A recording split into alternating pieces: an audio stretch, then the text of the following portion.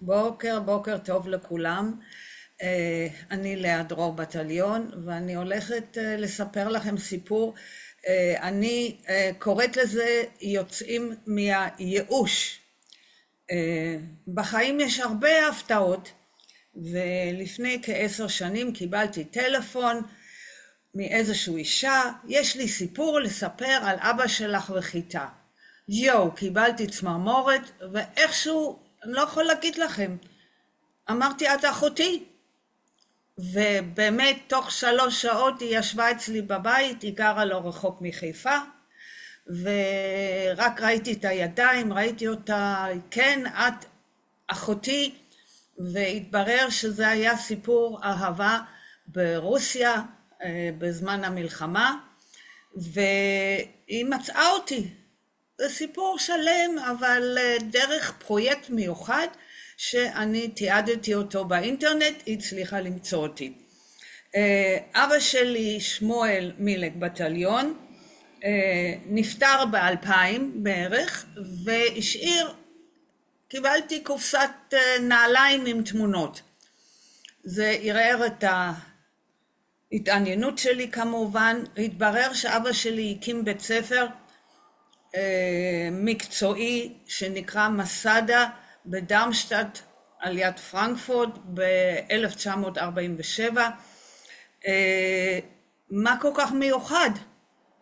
טוב, ראשית זה בגרמניה, אחרי השואה, אחרי המלחמה.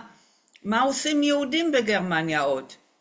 התברר שאלפי יהודים הגיעו מהמזרח, מרומניה, מהונגריה, פולניה. הגרמנים היו במצב כלכלי והם הפסידו את המלחמה, הם לא יוכלו להתמודד עם כל הזרם הזה, והאמריקאים צרפתים הקימו מחנות עם טיילס, עם גדרות, לכל האלו שבחו מהמזרח. בטליון עבד במחנות וראה את הייאוש של הצעירים. הם גם ניסו חלק לצאת והסתבכו פלילי, וממש היה להם ייאוש. מה קורה עם החיים שלנו? אנחנו עוד פעם במחנות עם איך קוראים? עם טיילס, עם גדרות. טוב, הוא פנה לביתר, שזה תנועת נוער שז'בוטינסקי הקים, ביקש עזרה, קיבל אותה גם, ופנה לעיר דרמשטט, וקיבל בניין בשביל להקים בית ספר. וואו, כמובן המון קשיים, לא קל. גם אמא שלי, סופי אוסר בטליון, עזרה לו בהרבה. המטרה שלו היה לתת לצעירים האלה קודם את החיים החדשים, תקווה, להיות מחוץ למחנה, ללמד אותם עברית, יהדות, והכי חשוב, מקצוע, שהם יוכלו להגיע לארץ ישראל ולהתקיים בכבוד. ברגע שאני ידעתי על הבית ספר, התחלתי לחקור ומצאתי סיפורים של 30 מתוך 60 התלמידים.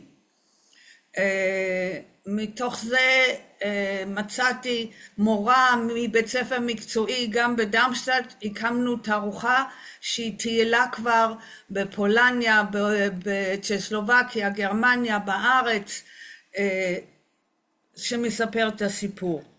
אבל מה מיוחד עוד בבית ספר הזה, או בסיפור הזה בעצם? פנו אליי, אנחנו לומדים על השואה, אבל אנחנו לא יודעים מה קרה ליהודים אחרי השואה, לאן הם הלכו, מה, וזה חשוב היום גם להבין איך הם הגיעו לארץ ישראל באמת. וככה באמת התחלתי את הרעיון הזה של סרט, לעשות סרט ארוך באמת, שיספר את הסיפור, שילמד את העולם. ומה חשבתי על אולי בחור מהבית ספר עם בחורה גרמניה שמתאהבים, ההורים נאצים וכל הקונפליקטים, או סיפור אהבה אחר שהכירו לפני השואה, מצאו את עצמם, היא נוסעת באלטלנה לארץ, הוא מגיע מהבית ספר, הם מוצאים את עצמם, זה צריך לבחור. לעשות סרט זה קשה, זה דורש המון מאמצים, כספים, אני מחפשת חברה אולי שהיא תיקח את כל הפרויקט, או מישהו שיכתוב את התסריט, אני צריכה עזרה, רעיונות, אני לא יכולה לעשות את זה לבד, אני גם לא הכי צעירה כבר, השנים ממהרים, וזהו, אני קוראת לעזרה. כל מי שיש לו איזשהו רעיון שיכול לתת לי, לעבוד איתי ביחד, לקדם נושא כזה שאני חושבת שהוא מאוד חשוב ומספר סיפור מדליק, עד ש30 תלמידים את כל הסיפור שלהם, הבית ספר, אבא, אני, יאללה.